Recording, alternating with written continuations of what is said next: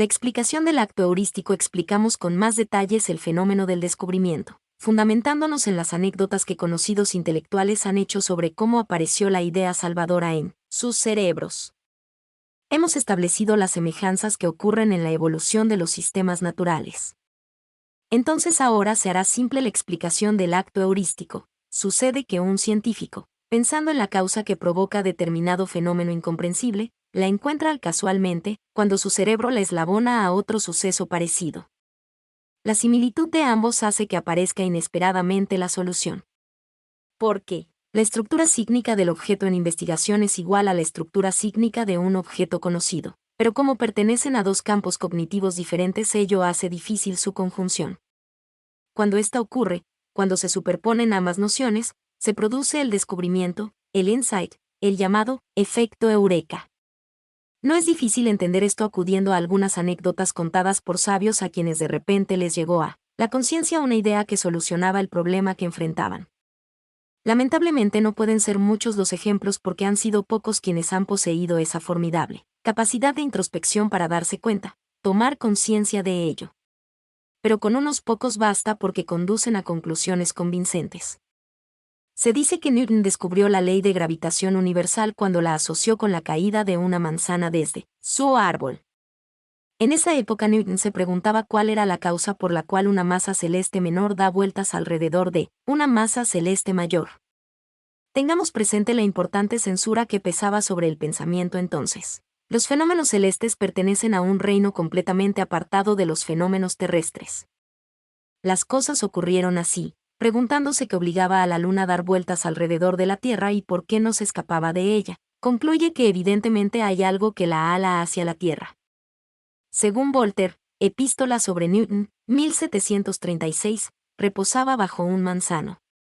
Tal vez estuviera reposando debajo de un manzano, tal vez no, pero esa idea de algo que ala hacia la Tierra comunica con un suceso harto conocido, tal vez no presente en ese momento, tal vez sí, la caída de una manzana de su árbol.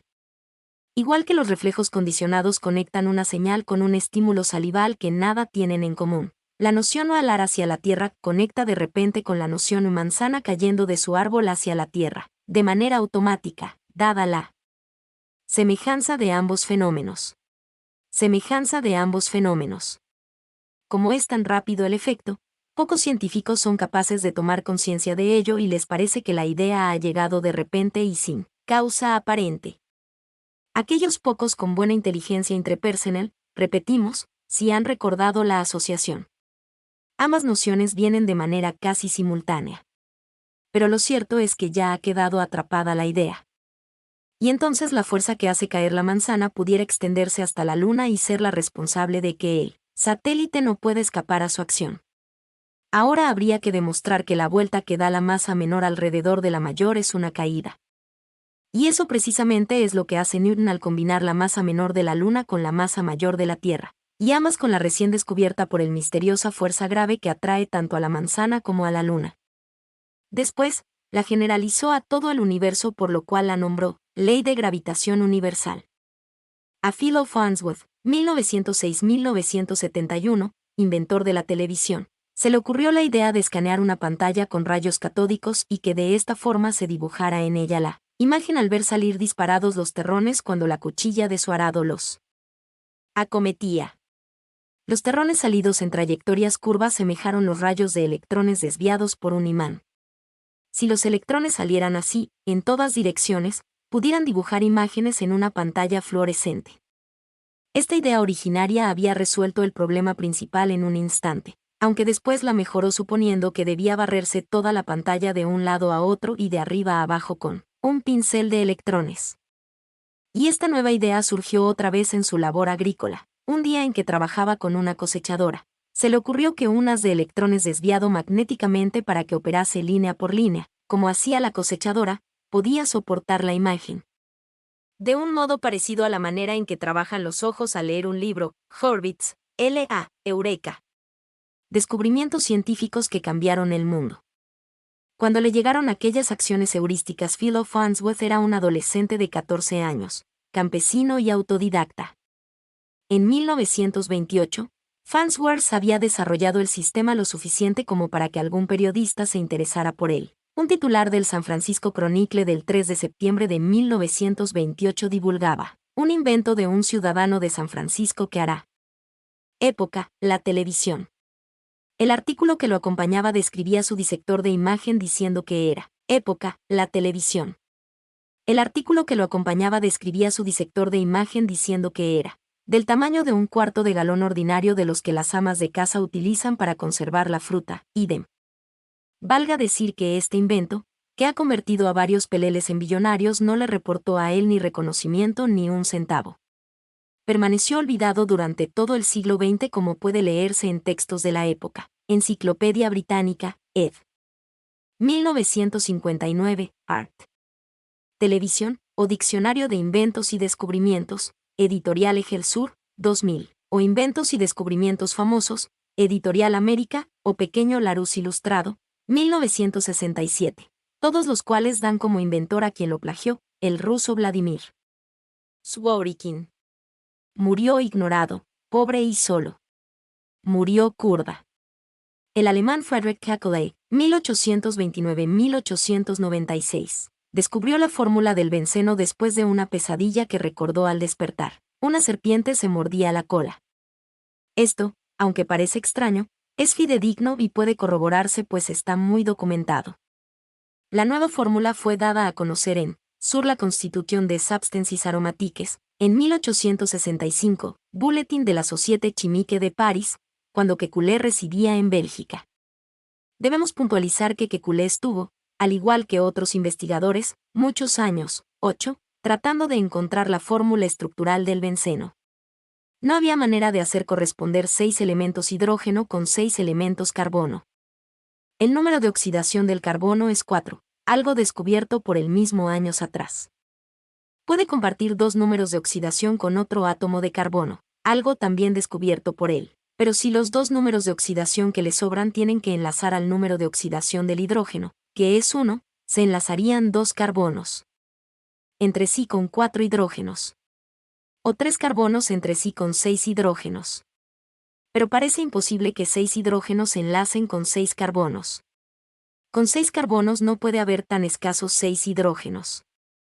Pero la porfiada experiencia de laboratorio mostraba el benceno con exactamente esa proporción.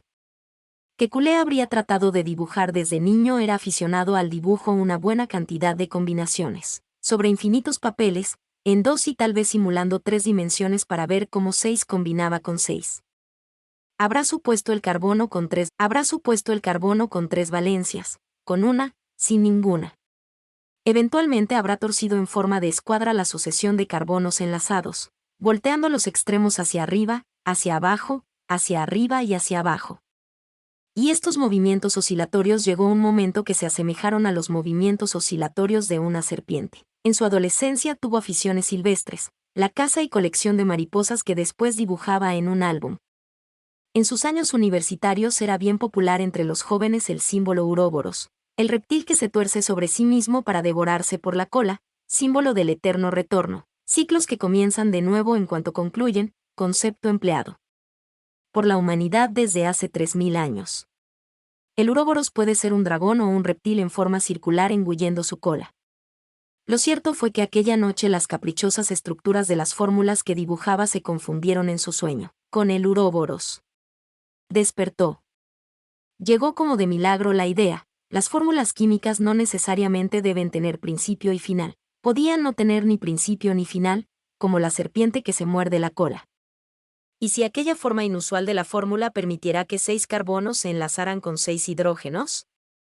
Después de este acto de heurística comienza el problema nuevo sobre cómo esta forma sin principio ni fin puede acomodar 6 carbonos junto a 6 hidrógenos. 6 carbonos. 6 hidrógenos. Llega una nueva acción heurística: 6 lados, hexágono. Y ahora se hace necesario un análisis razonado sobre cómo 6 hidrógenos pudieran enlazar a 6 carbonos en un hexágono. Parece inmediato que en los vértices del hexágono se instalen los carbonos. La fórmula debía concordar con un hecho experimental. Era conocida la existencia de un solo isómero en los monoderivados del carbono. 3 de las 4 valencias unirían los elementos de carbono contiguos y la cuarta valencia enlaza el hidrógeno. Pero, ¿las dobles valencias, dónde quedan? Porque pueden alternarse y quedarían dos fórmulas estructurales iguales con los dobles enlaces de carbono alternados, lo cual a su vez daría lugar a dos isómeros en los monoderivados del carbono. Pero existe un solo isómero. ¿Dónde poner los dobles enlaces? Aquí o acá. Aquí, acá. Heurística, aquí y acá. El benceno alterna entre las dos formas. Por eso existe un solo isómero. ¡Eureka! Todos estos actos heurísticos de Kekulé coincidieron con la presentación del benceno en dos isómeros resonantes, como después puntualizó el premio Nobel Linus Pauling, demostrando que ambas estructuras se superponen. Pero cuidado, esto no brota así tan de repente como surte un manantial. Tratemos ahora un importante asunto. Desde mucho se sabe que también se hacen descubrimientos por una inducción lógica. Cuando un fenómeno que provoca determinado efecto se repite varias veces, el investigador supone que ese fenómeno es la causa del efecto. Ahora bien, depende de cómo sea hecha esa inducción. Si la impresión sensorial del fenómeno que se repite, o su noción por cualquier vía, conduce a un conocimiento general que abarca la esencia de los fenómenos experimentados, dada la semejanza de los rasgos fundamentales que en ellos hay, la inducción se reduce al eslabonamiento de sucesos que hemos presentado aquí, o sea, es un descubrimiento por semejanza de esencias, pero si no conduce a una noción general incluyente, se pudiera replicar ante tal descubrimiento el argumento de Carl Gustav Hampel sobre los cuervos negros. Aunque todos los cuervos que hayan sido vistos sean negros, esto no prueba que el próximo en verse sea de otro color. Una semejanza de esencia ocurre cuando Newton, después de conectar la caída de la luna con la caída de la manzana, posteriormente se da cuenta que la fuerza que ala la manzana del árbol no tiene nada que la anule para que alcance también la luna. O cuando Kekulé, después de conectar una pesadilla que tuvo con las fórmulas químicas, comprende posteriormente que las fórmulas no tienen por qué poseer un principio y un final. Como surge la locura del genio, veamos otra cuestión. Decía Edison que el genio tiene un 1% de intuición y un 99% de transpiración. O sea, para que aparezca la idea heurística hay que buscar intensamente por diversos caminos hasta que en uno de ellos aparezca el uroboros. Por eso la personalidad del descubridor o del inventor tiene que ser muy peculiar. La tenacidad en busca del uroboros probablemente tenga que durar toda la vida. Y este tipo de locura no es frecuente. Si el genio tiene que ser imaginativo, aún mucho más tiene que ser persistente. Una obstinación tal a veces nace de una pasión por afirmarse ante la sociedad después de haber sufrido una gran subestimación, ser víctima de un gran prejuicio, una disfunción u otras peores embestidas infligidas casi siempre en la infancia tierna. Cuando la razón no permite comprender el mundo. Esa es la causa de tantos judíos geniales cuando la razón no permite comprender el mundo.